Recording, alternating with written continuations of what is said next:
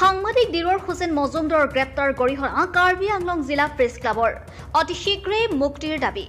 বাতৰি সংগ্ৰহৰ বাবে যোৱা দ্য ক্ৰছ কাৰেণ্ট নামৰ সংবাদ গোষ্ঠীৰ চিফ ৰিপৰ্টাৰ দিলৱাৰ হুছেইন মজুমদাৰক অসম আৰক্ষীয়ে আটক কৰাৰ ঘটনাকে তীব্ৰ ভাষাৰে গৰিহণা দিয়ে কাৰ্বি আংলং জিলা প্ৰেছ ক্লাবে আজি ডিফুস্থিত জিলা প্ৰেছ ক্লাবৰ কাৰ্যালয়ত অনুষ্ঠিত এখন সভাত দিলৱাৰ হুছেইন মজুমদাৰক গ্ৰেপ্তাৰৰ অসাংবিধানিক আখ্যা দিয়ে জিলা প্ৰেছ ক্লাবে জিলা প্ৰেছ ক্লাবৰ কাৰ্যকৰী সভাপতি ডেনিয়েলছন ভেৰ সঞ্চালনাত হোৱা সভাত জিলা প্ৰেছ ক্লাবৰ উপদেষ্টা তথা জ্যেষ্ঠ সাংবাদিক সঞ্জু বৰা সাধাৰণ সম্পাদক দেৱজ্যোতি বৰাও উপস্থিত থাকে সকলোৱে একমুখে এই ঘটনাৰ গৰিহণা দিয়াৰ লগতে গণতন্ত্ৰৰ ওপৰত চৰকাৰৰ এনে হস্তক্ষেপ বন্ধ কৰাৰ দাবী জনাই জ্যেষ্ঠ সাংবাদিক সঞ্জু বৰাই এই ঘটনাৰ কঠোৰ ভাষাৰে গৰিহণা দি কংগ্ৰেছ নেতৃত্বাধীন পূৰ্বৰ হিতেশ্বৰ শইকীয়া আৰু প্ৰফুল্ল কুমাৰ মহন্তৰ অসম গণ পৰিষদ চৰকাৰৰ উদাহৰণ দাঙি ধৰি কয় যে সাংবাদিক আৰু গণতন্ত্ৰক মখিমূৰ কৰাৰ প্ৰচেষ্টাৰ বাবে এই চৰকাৰ কেইখন অসমৰ জনসাধাৰণে প্ৰত্যাখ্যান কৰিছিল আৰু আনহাতে কাৰ্যকৰী সভাপতি ডেনিয়েলছন বে বৰ্তমান সময়ত দেশৰ অন্যান্য প্ৰান্তৰ লগতে অসমতো সাংবাদিক নিগ্ৰহৰ এনে ঘটনাক কঠোৰ ভাষাৰে গৰিহণা দিয়ে এনে কাৰ্যৰ জৰিয়তে চৰকাৰে গণতন্ত্ৰক কুঠাঘাত কৰা বুলি বে উল্লেখ কৰে গণতন্ত্ৰ আৰু প্ৰমূল্যবোধৰ কথা কোৱা এই শাসনাধিষ্ঠিত চৰকাৰখনৰ এনে কাৰ্যৰ আমি কঠোৰ ভাষাৰে গৰিহণা দিছোঁ কাৰ্বি আংলং জিলা প্ৰেছ ক্লাবৰ হৈ আৰু আমি চৰকাৰক সকীয়াই দিছোঁ যে সংবাদ মাধ্যমৰ ওপৰত এনে বৰ্বৰ অত্যাচাৰ অতি শীঘ্ৰে বন্ধ কৰক আৰু দিলৱাৰ হুছেইনে তেওঁৰ কৰ্তব্য পালন কৰিবলৈ গৈ যি তেওঁৰ লগত আচৰণ কৰিলে চৰকাৰী পক্ষই এনেধৰণৰ প্ৰচেষ্টা অতি শীঘ্ৰে বন্ধ কৰক আৰু গণতন্ত্ৰক বৰ্তাই ৰখাৰ স্বাৰ্থত চৰকাৰখন ব্ৰতী হওক অন্যথা ৰাইজে ইয়াৰ বিচাৰ সময়ত কৰিব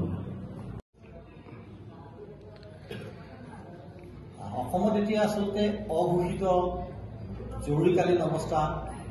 ঘোষণা কৰা বুলি আমি ভাবিবলৈ বাধ্য হৈছোঁ যিহেতু সংবাদ মাধ্যমৰ কণ্ঠৰোধ কৰিবলৈ চৰকাৰে প্ৰচেষ্টা চলাইছে কালি দিনৰ ভাগতেই এটা বাতৰি সংক্ৰান্তত যাওঁতে ক্ৰছ কাৰেণ্টৰ জ্যেষ্ঠ সাংবাদিক দিলৱাৰ হুছেইন মজুমদাৰক প্ৰথমতে থানাত বহাই ৰখা হ'ল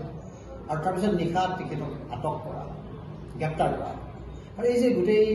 প্ৰক্ৰিয়াটো এজন সাংবাদিকে সত্যনিষ্ঠ হ'ব লাগে বুলি সকলোৱে কয় আমি যেতিয়া বাতৰি পৰিৱেশন কৰোঁ তেতিয়া আমাক কোৱা হয় যে যিসকল অভিযুক্ত যাৰ ওপৰত অভিযোগ আহিছে তেওঁলোকৰ আপোনালোকে কথাখিনি নুশুনে যোনে অভিযোগ দিয়ে তেওঁলোকৰ কথা শুনে আৰু দিলৱাৰ হুছেইন মজুমদাৰ যিসকলৰ ওপৰত অভিযোগ আহিছিল এপেক্স বেংকৰ চেয়াৰমেনৰ ওপৰত অভিযোগ আহিছিল এপেক্স বেংকৰ কৰ্তৃপক্ষৰ ওপৰত অভিযোগ আহিছিল আৰু সেইখিনি যেতিয়া সুধিবলৈ গৈছিল আৰু সেইখিনি সুধিবলৈ যাওঁতে তেওঁ আত্মপক্ষ সমৰ্থন কৰাৰ সুবিধা দিবলৈ যাওঁতে আচলতে তেওঁক গ্ৰেপ্তাৰ কৰা হ'ল আৰু যিখিনি গোচৰ তেওঁলোকে তৰিছে এইটো আচলতে আমি ভাবিছোঁ ভুৱা গোচৰ আৰু অসম চৰকাৰে এটা কথা মনত ৰখা ভাল যে সংবাদ মাধ্যমৰ কণ্ঠৰোধ কৰিবলৈ চেষ্টা কৰাৰ কাৰণেই কংগ্ৰেছ চৰকাৰৰ দিনৰ হিতেশ্বৰ শইকীয়া তাৰপিছত হিতেশ্বৰ শইকীয়া শাসনৰ পৰা যাব লগা হৈছিল ঠিক একেই হৈছিল অসম গণ পৰিষদ চৰকাৰ যেতিয়া আছিল প্ৰফুল্ল কুমাৰ মহন্তইও তেনেকুৱা ধৰণে সংবাদ মাধ্যমৰ কণ্ঠৰোধ কৰিবলৈ চেষ্টা কৰাৰ কাৰণে অসম গণ পৰিষদ আজিলৈকে শাসনলৈ আহিব পৰা নাই এই গোটেই কথাবিলাক অসম চৰকাৰেও বিশ্লেষণ কৰা উচিত তেওঁলোকে জনা উচিত গণতন্ত্ৰৰ চতুৰ্থ স্তম্ভক যেতিয়া কণ্ঠৰোধ কৰিবলৈ চেষ্টা কৰা হ'ব তেতিয়া জনসাধাৰণৰ ওচৰলৈ আচলতে বাতৰিখিনি কেনেকৈ যাব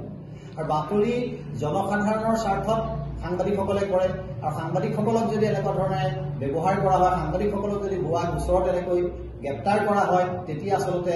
সুস্থ গণতন্ত্ৰ বৰ্তি নাথাকে আৰু অসমৰ ৰাইজকো এইটো অনুৰোধ এই যে গোটেই ঘটনাটো হ'ল এইটো অকল দিলৱাৰ হুছেইন মজুমদাৰৰ ঘটনা নহয় এই গোটেইটো সংবাদ মাধ্যমৰে অকল সমস্যা নহয় যে আপোনালোকে মন কৰিব কোনোবাই কবিতা লিখাৰ কাৰণে গভৰ্ণমেণ্টে তেওঁক এৰেষ্ট কৰিছে কোনোবাই ফেচবুকত যদি কিবা এটা দিয়ে ছচিয়েল মাধ্যম মিডিয়াত যদি চৰকাৰৰ সমালোচনা কৰে তেওঁৰ ওপৰত এটা ভুৱা গোচৰ তৰি পেলাই তেওঁক জেললৈ পঠাই দিয়ে এই যে গোটেই প্ৰক্ৰিয়াটো চলি আছে চৰকাৰৰ যে গোটেই প্ৰক্ৰিয়াটো একদম খুব চাইলেণ্টলি চলি আছে এইটো গোটেই সমাজৰ কাৰণে আচলতে অতি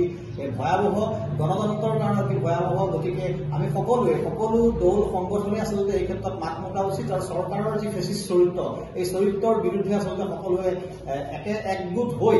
আচলতে প্ৰতিবাদ কৰাৰ বাহিৰেতো আমাৰ ওচৰত উপায় নাইকিয়া যে শাসনযন্ত্ৰ চৰকাৰৰ ওচৰত গতিকে আমি প্ৰতিবাদেই কৰিব লাগিব আৰু আমি তীব্ৰ প্ৰতিবাদ কৰিছোঁ চৰকাৰক আমি অনুৰোধ জনাইছোঁ অসম আৰক্ষীক অনুৰোধ জনাইছোঁ আপোনালোকৰ সুমতি হওক আৰু গণতন্ত্ৰ বৰ্তাই ৰখাৰ স্বাৰ্থত আপোনালোকে কাম কৰিব লাগিব I'm on behalf of District Press Club of Karbi Anglong and also the media fraternity of Karbi Anglong. condemn the incident which took place yesterday in Guwahati by arresting media persons who's called Dilbar Hussain Majumdar. He was doing his duty, and for doing his duty he was arrested yesterday. And also the same case is happening in Mumbai and also in Telangana, and also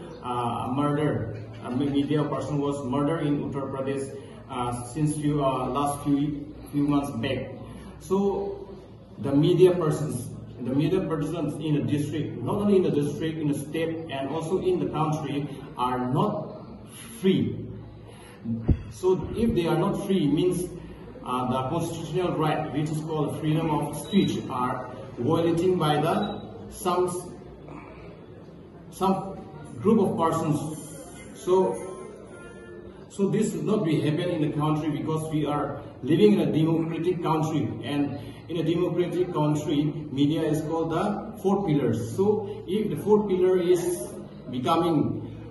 this one, then the country or the government will do atrocity. So therefore, I once again condemn the arrest of Mr. Dilbar Hussain Majumdar.